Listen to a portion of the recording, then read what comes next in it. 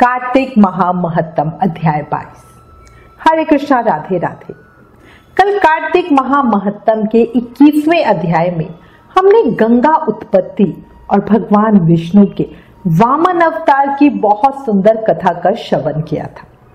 अब आज इस अध्याय में हम गंगा जल की महिमा का वर्णन करते हैं। शुरू करते हैं। 22वें अध्याय की जब सुनाने लगी हूं बात, शिव प्रभु प्रेरणा प्राप्त कर कलम आ गई हाथ। राजा पृथु बोले, हे मुनिवर, भगवान विष्णु के पावन वामन अवतार के अवतरण का व्याख्यान सुनकर मैं धन्य हुआ। साथ ही गंगा जी की उत्पत्ति का वृत्तांत मन को हरने वाला है। कृपया कर अगर गंगा जल की महिमा का कोई और सुंदर इतिहास हो तो वो भी मुझे बताएं। नारद जी बोले, हे राजन, तुम्हें एक प्राचीन इतिहास बताता हूं, ध्यान से सुनो। भगीरथ के वंश में सूरदास नाम का एक राजा हुआ, जिसका पुत्र मित्रसाह था। मित्रसाह गुरु वशिष्ठ के श्राप से राक्षस हो गया, परंतु गंगा जल के प्रभाव से वह भी भगवान के परम पद को प्राप्त हुआ। राजा पृथु पूछने लगे, हे नारद जी, गुरु वशिष्ठ ने किस कारण श्राप दिया? कृपया करके ये कथा विस्तार पूर्वक कहिए। तब नारद जी कहने लगे, हे राजन, एक समय राजा सूरदास कुछ साथियों सहित शिकार खेलने के लिए वन में गए। वहां पर अनेक मृगों का शिकार किया। फिर भूख प्यास से दुखित हो राजा नदी के तट पर आया। यहाँ पर उसका पुत्र मित्रसह नित्य नियम करता था। राजा ने रात्रि वहीं पर ही बिताई। प्रातःकाल होते ही वहां से उठकर फिर शिकार की तलाश में चल पड़ा। कुछ दूर जाकर राजा ने देखा कि पर्वत की कंदरा में एक व्याघ्र और व्याघी मैथुन कर रहे हैं। राजा ने उनको देखते ही धनुष और बाण चढ़ाया और उन पर छोड़ दिया। बाण के लगते ही व्याघी घायल होकर वहीं पर गिर पड़ी और थोड़ी देर बाद मर गई। तब व्याघ्र राक्षस रूप धारण कर बड़े क्रोध में आकर कहने लगा, राजन, तुमने मेरे साथ बड़ा अन्याय किया है, इसका बदला मैं तुमसे अवश्य लूंगा। ऐसा कहकर वह राक्षस अत्यंत दुखित हुआ। तत्पश्चात राजा ने अपनी नगरी में आकर संपूर्ण वृत्तांत अपने मंत्रियों से कहा।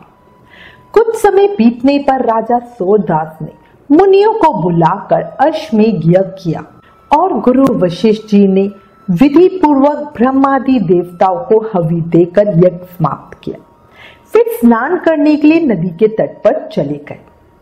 इतने में वही राक्षस, जिसकी राक्षसी को राजा ने वन में मार दिया था, क्रोधित होकर अपना बदला लेने के लिए वहां पर आया और गुरु वशिष्ठ जी को वहां पर ना देखकर उन्हीं का रूप धारण कर राजा से कहने लगा, राजन, हम मांस खाएंगे, अंततः हमारे लिए मांस बनवाओ, हम स्नान करके अभी आते हैं। इतना कहकर वह वहां से चला गया। फिर उसी राक्षस ने रसोइये का रूप रखकर राजा को मनुष्य का मांस पका कर दिया। जब वास्तविक गुरु वशिष्ठ जी स्नान करके वापस आए तो राजा ने सोने के थाल में सजा हुआ मांस मिश्रित भोजन उनके आगे परोस दिया। तब गुरु जी ने ज्ञान दृष्टि से मनुष्य के मांस का भोजन जान लिया और क्रोधयुक्त होकर राजा को श्राप दिया, राजन, तुमने हमको मनुष्य का मांस खिलाने की चेष्टा की और राक्षसों का भोजन दिया, सो तुम भी राक्षस हो जाओ। तब राजा ने कहा, हे गुरुदेव, आपकी आज्ञा से ही ऐसा भोजन बनवाया गया है। यह सुनकर गुरु वशिष्ठ जी ने ज्ञान दृष्टि से राक्षस द्वारा राजा के छले जाने का संपूर्ण वृत्तांत जानकर राजा को बताया।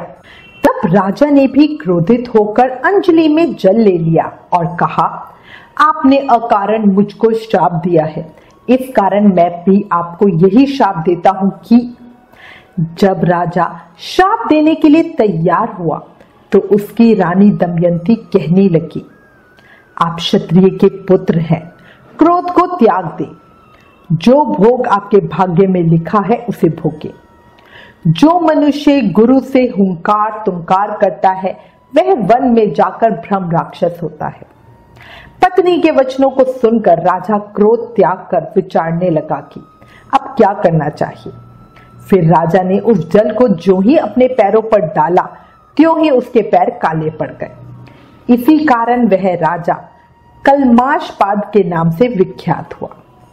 तत्पश्चात राजा गुरु जी के चरणों में गिर पड़ा और क्षमा मांगने लगा। तब वशिष्ठ जी ने कहा, यह पाप तुमसे अनजाने में हुआ है, अतः इसके श्राप का प्रभाव केवल 12 वर्ष तक रहेगा। इसके बाद तुम अपने असली रूप में आ जाओगे और अनेक वर्षों तक राज्य भोग कर गंगा जल के प्रभाव से ज्ञान प्राप्त करोगे। तब भगवान विष्णु की सेवा करते हुए अंतकाल में परम शांति को प्राप्त हो जाओगे। इतना कह के गुरु वशिष्ठ जी अपने आश्रम को चले गए और राजा राक्षसी देह को प्राप्त हो गया। वह भूख प्यास से दुखी हो निर्जन वन में फिरने लगा। वहां से वह अनेक कष्टों को सहन करता हुआ नर्मदा नदी के तट पर आया और वहां भी वह पशु पक्षी मनुष्य सर्प आदि खाकर विचरण करने लगा। संयोगवश एक दिन नर्मदा नदी के तट पर पत्नी सहित एक मुनि को देखा। भूख से पीड़ित होने पर जैसे व्याघ्र मृग को पकड़ लेता है उसी प्रकार उसने मुनि को पकड़ लिया।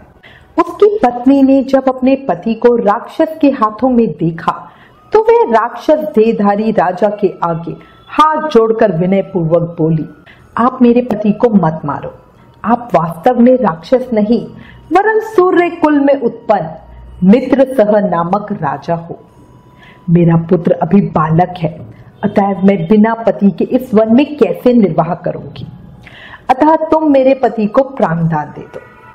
प्राण दान के समान अन्य कोई दान नहीं है। उस स्त्री की इस प्रार्थना का राक्षस पर कोई प्रभाव नहीं पड़ा और जैसे व्याघ्र एक मृग के बच्चे को पकड़कर खा जाता है वैसे ही उस मुनि को जो उस समय अपनी पत्नी के साथ मैथुन कर्म कर रहा था वो पकड़कर खा गया। तब मुनि की पत्नी ने उसे श्राप दिया, मैथुन करते समय तुमने मेरे पति को मारा है, अतः तुम भी जब मैथुन करोगे तो मृत्यु को प्राप्त हो जाओगे और पुनः राक्षस देह धारण करोगे। यह 2 श्राप सुनकर राक्षस देहधारी राजा भी क्रोध में आकर कहने लगा, हे दुष्टे, तुमने एक अपराध के बदले में मुझे 2 श्राप दिए हैं, अतः तुम भी पिशाचनी होकर इस वन में फिरती रहोगी। इस कारण वह स्त्री भी पिशाचनी बन गई और भूख प्यास से दुखित हो उस वन में फिरने लगी। इस प्रकार वह राक्षस और पिशाचनी दोनों घूमते फिरते नर्मदा नदी के किनारे पर आए, जहां एक वट वृक्ष पर गुरु निंदक एक बरहा नामक राक्षस रहता था। उन दोनों को वहां पर आया देखकर वह कहने लगा, अरे तुम कौन हो और किस पाप से इस दशा को प्राप्त हुए हो।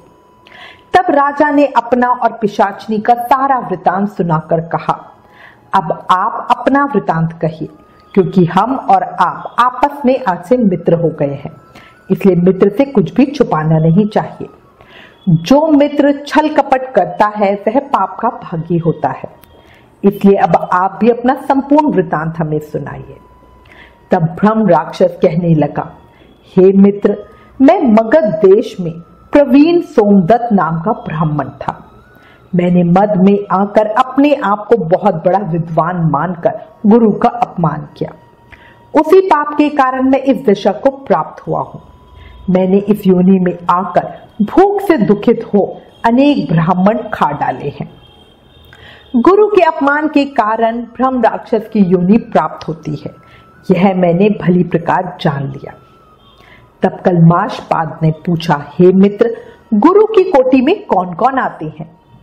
यह सुनकर सोमदत्त ने कहा, वेदों को पढ़ाने वाला, सुनाने वाला, नीति शास्त्र तथा वेदों की व्याख्या करने वाला, वेदों के संदेह को दूर करने वाला, भय से रक्षा करने वाला, अन्नदाता, शिक्षा देने वाला, बुरे कर्मों से रोकने वाला, श्वशुर, मामा, पिता, ज्येष्ठ भ्राता, गर्भ से मरण प्रयाण संस्कार करने वाला तथा राजा, इन सब की गुरु संज्ञा है, इसलिए इन सब की वंदना करनी चाहिए। तब पुनः कलमाशपाद पूछने लगा, तुमने अनेक गुरु कहे, इनमें से कोई बड़ा भी है या सब बराबर है? सोमदत्त कहने लगा, मित्र, यद्यपि हम राक्षस हैं, साथ ही भूख और प्यास से दुखित भी है, मगर गुरु महिमा का वर्णन करने से निश्चय ही हमारा कल्याण होगा। यद्यपि सब गुरु बराबर है, फिर भी इस संबंध में शास्त्रों की व्याख्या सुनो। वेद तथा मंत्रों का उपदेश करने वाला, धर्मशास्त्र तथा पुराणों की व्याख्या व उपदेश करने वाले, ये विशेष गुरु हैं। इनमें से प्रमुख गुरु वह है जो देव पूजन कराएं, देव पूजा का फल बताएं अथवा गुप्त मंत्र का उपदेश दे। हमने गौतम ऋषि से धर्म, अर्थ, काम और मोक्ष के देने वाले सब पुराण सुने हैं। एक समय मैं महादेव जी का पूजन कर रहा था। उसी समय श्री गौतम ऋषि जी वहां आ गए। मैंने खड़े होकर प्रणाम नहीं किया, बल्कि पूजा में ही लगा रहा। तब महादेव जी ने मुझे गुरु का अपमान करने के दोष में भ्रम राक्षस बना दिया। उसी पाप के कारण मेरा अंतकरण जला जाता है। ना जाने इस दुख से कब मुक्ति मिलेगी। नारद जी कहने लगे, हे राजन, इस प्रकार गुरु महिमा का वर्णन करने से उनके सब पाप नष्ट हो गए। इतने में उन्होंने दूर से आते हुए गर्ग मुनि को देखा तो दोनों राक्षस तथा पिशाच ने अपने दोनों हाथ उठाकर उनकी ओर भागे कि हमारा भोजन आ गया। परंतु फिर गर्ग मुनि के कहे हुए वचनों को याद करके उनके निकट न जाकर दूर से ही पिशाचनी कहने लगी, हे महात्मन, आपको नमस्कार है। हमने कितने ही ब्राह्मण खा डाले, परंतु आप महादेव जी के नाम से सुरक्षित हैं। तब गर्ग मुनि ने तुलसी दल युक्त गंगा जल से उनका अभिषेक किया। अभिषेक होते ही वे राक्षस देह से मुक्त होकर देवरूप हो गए। पुत्र युक्त ब्राह्मणी और सोमदत्त विष्णु रूप शंख चक्र गदा पद्मधारी होकर गर्ग जी की स्तुति करते हुए विष्णु लोक को चले गए। कलमाशपाद अपने रूप को प्राप्त कर सोच में पड़ गया। उसको इस प्रकार सोच में पड़े देखकर गुप्त रूप सरस्वती बोली, हे राजन, तुम सोच में मत पड़ो। राज्य सुख भोगने के बाद अंत में तुम भी विष्णु लोक को ही प्राप्त हो जाओगे। इन वचनों को सुनकर राजा आनंदित हो गया। तत्पश्चात उसने अपने गुरु का स्मरण किया और गर्ग ऋषि को प्रणाम करके श्री गंगा की स्तुति की।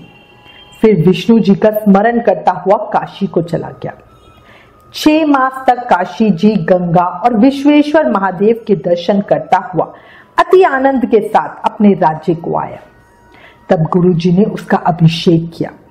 तत्पश्चात अनेक भोगों को भोग कर अंत काल में मोक्ष को प्राप्त हुआ। नारद जी कहने लगे, इसमें आश्चर्य जैसी कोई बात नहीं।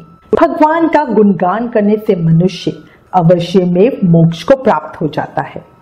गंगा के स्नान से मनुष्य के करोड़ों जन्मों के पाप दूर हो जाते हैं।